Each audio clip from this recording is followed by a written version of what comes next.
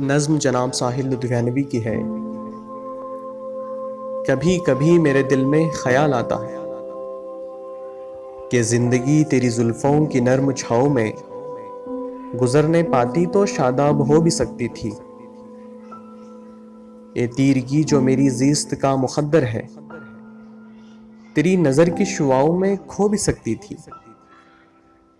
अजब न था कि मैं बेगाने अलम होकर तेरे जमाल की रानाइयों में खो रहता।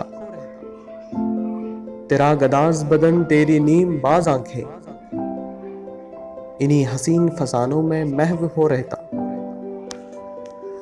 पुकारती मुझे जब तलखियां जमाने की, तेरे लबों से हलावत के घूंट पी लेता। हयात चीखती फिरती बरहना सर और मैं घनेरी जुल्फों के साये में छुप के जी लेता। मगर ये हो ना सका, मगर ये हो ना सका। और ये अब आलम है कि तू नहीं, तेरा गम, तेरी जुस्तजू भी नहीं। गुजर रही है कुछ इस तरह जिंदगी जैसे इसे किसी के सहारे की आरज़ू भी नहीं।